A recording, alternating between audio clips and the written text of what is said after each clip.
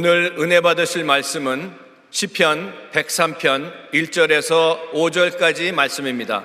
시편 103편 1절에서 5절까지 말씀을 다 같이 봉독하겠습니다.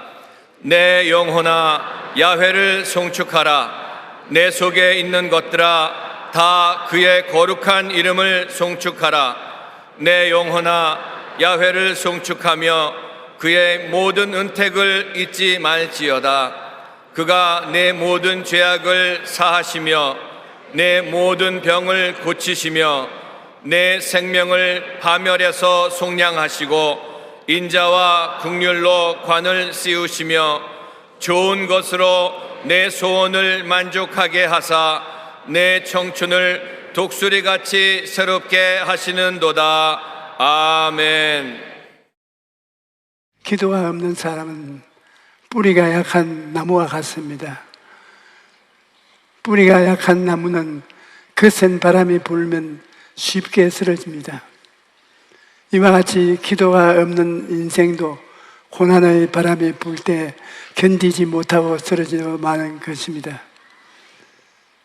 나무가 뿌리를 깊이 내리려면 충분한 영양분을 공급받아야 합니다. 우리의 신앙생활에 영양분을 공급하는 것은 바로 기도입니다. 우리의 신앙은 하나님께 구하고 응답받는 체험 속에서 성장하고 발전하는 것입니다. 아무리 교회를 오래 다녀도 능력 있는 기도를 하지 못하면 사람은 신앙의 성장을 이룰 수가 없습니다. 하나님 앞에서 능력 있는 기도를 하는 사람이 날마다 성장하고 생명력이 있는 신앙을 가질 수 있는 것입니다. 여러분, 기도하는 사람은 바람이 불든지 쓰러지지 않습니다. 왜 그럴까요? 하나님께서 기도하는 사람의 인생을 붙드시고 온전히 기도해 주시기를 원하기 때문입니다.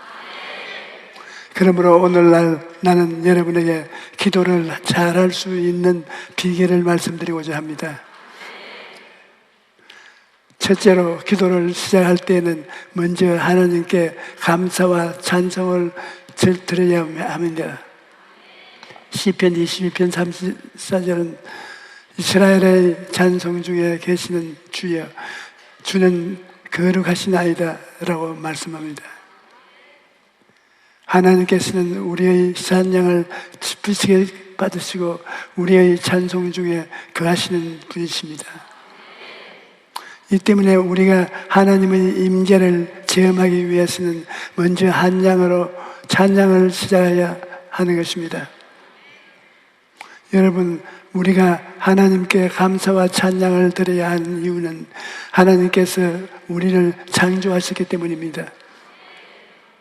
우리는 하나님께서 지으신 피조물로서 창조주로서 하나님의 은혜에 감격하고 감사하며 찬양하는 것이 마땅합니다. 또 우리는 우리를 구원하신 하나님의 그 사랑을 찬양해야 합니다.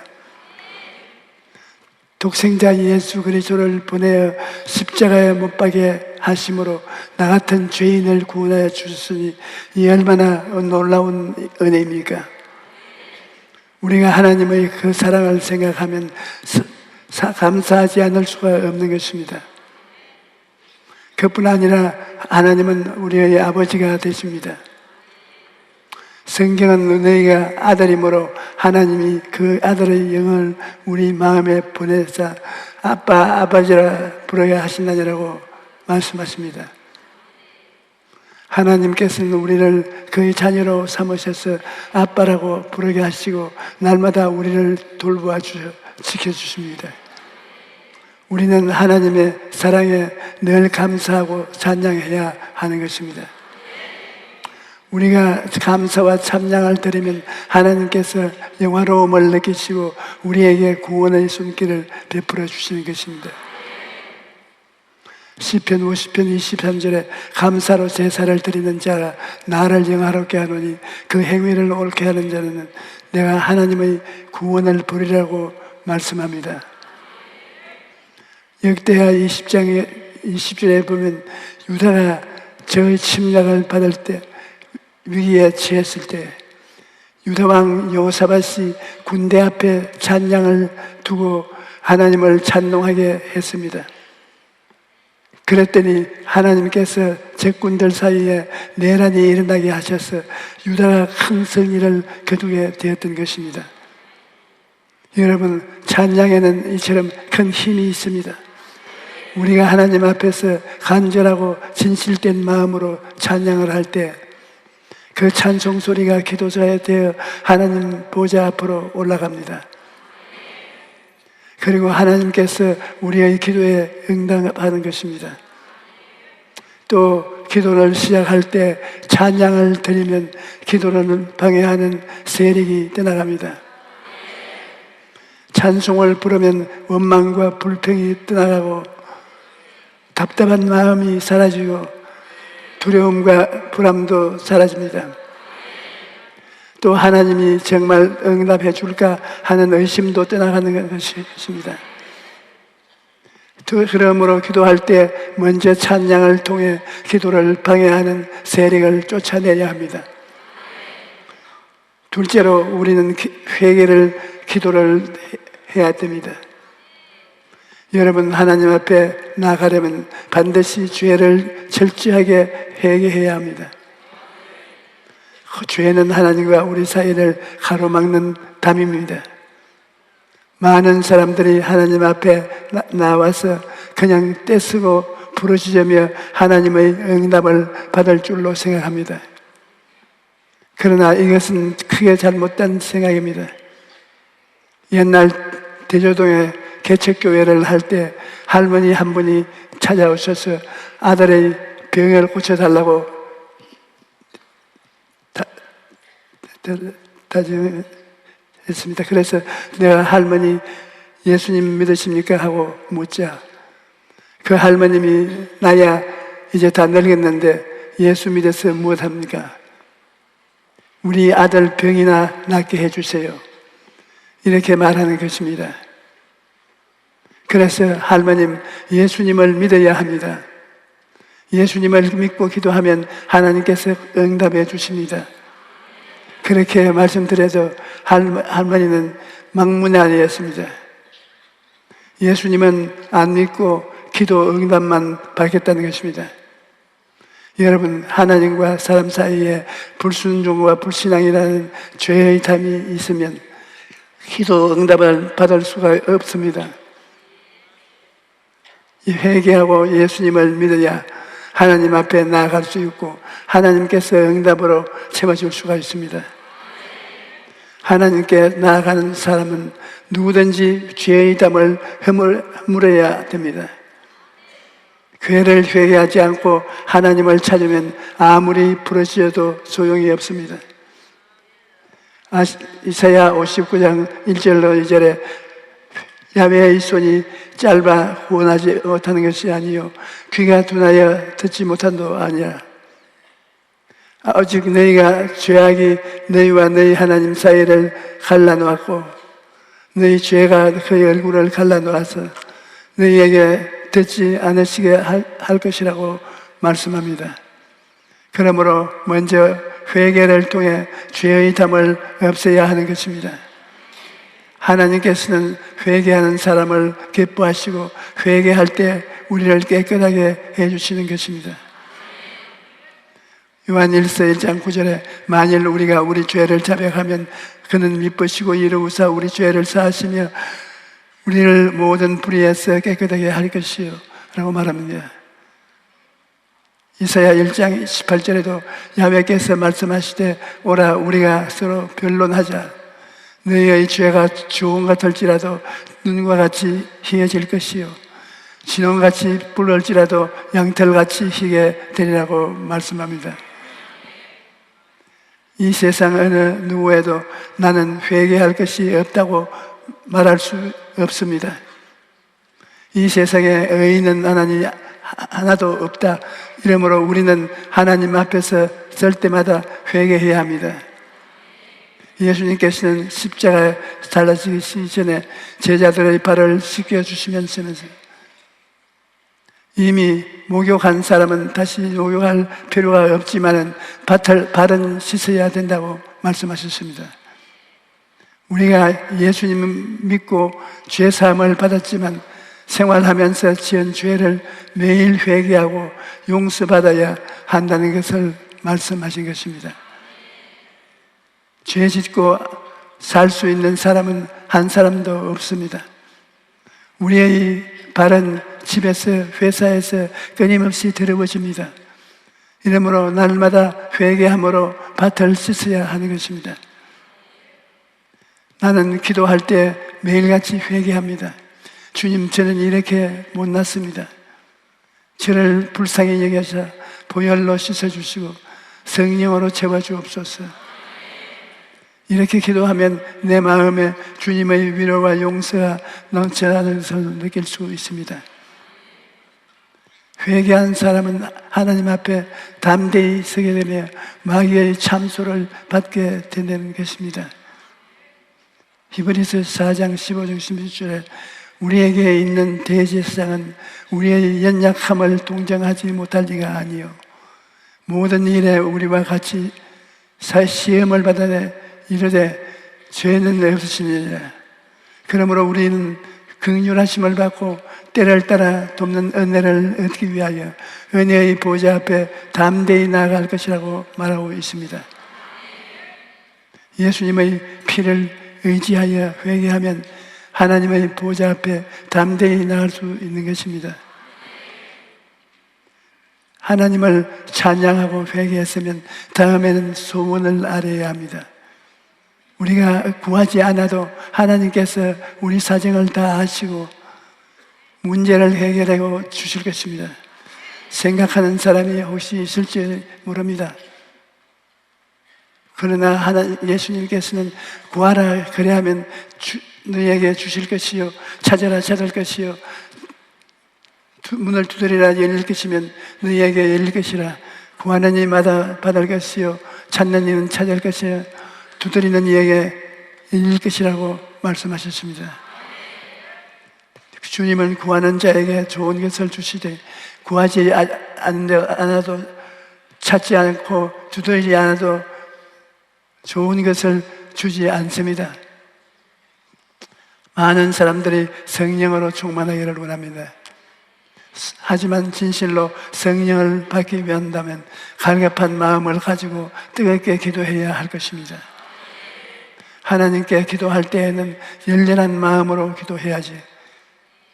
그저 하나님 주시고 싶거든 주시고 그렇지 않으면 안 주시도 좋습니다. 그런 식으로 기도한다면 하나님의 응답을 받을 수가 없는 것입니다. 아주 오래전에 제가 충청도 어느 시골에서 복음을 전가한 적이 있었습니다.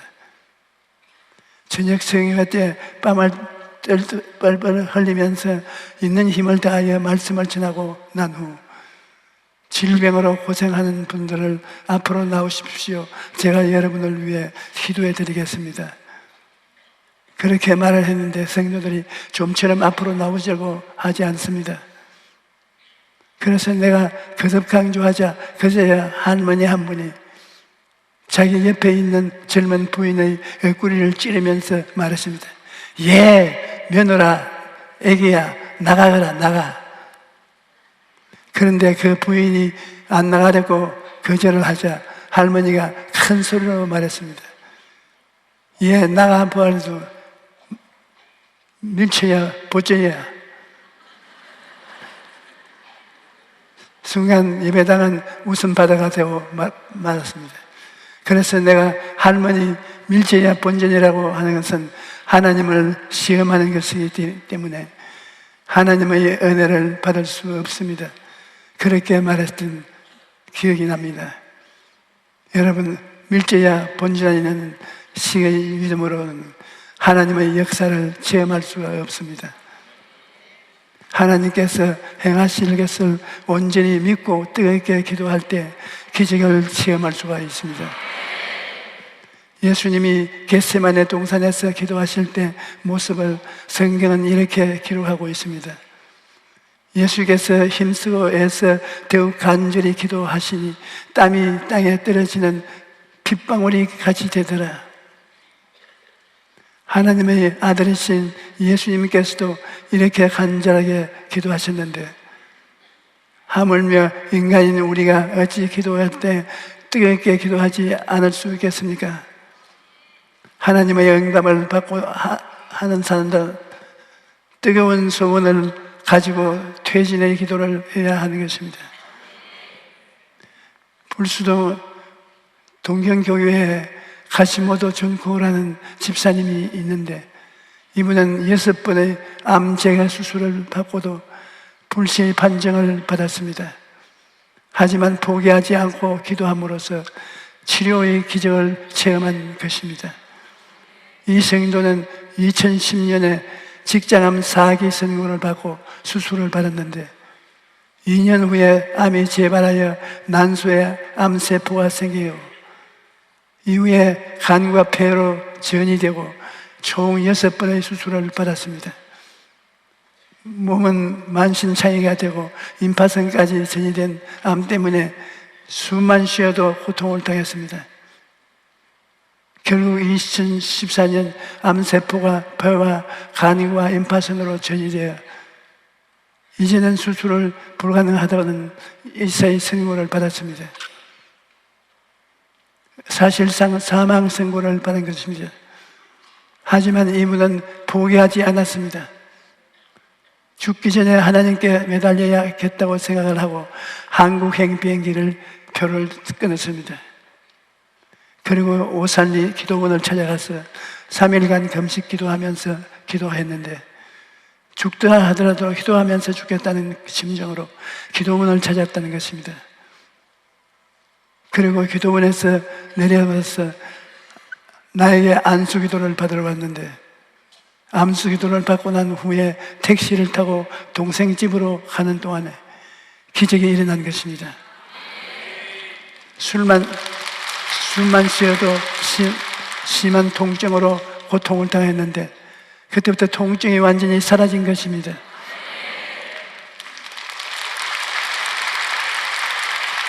그래서 이 분이 일본으로 돌아가서 다시 검사를 했는데 검사 결과를 본 의사가 깜짝 놀라면서 암이 깨끗이 사라졌습니다.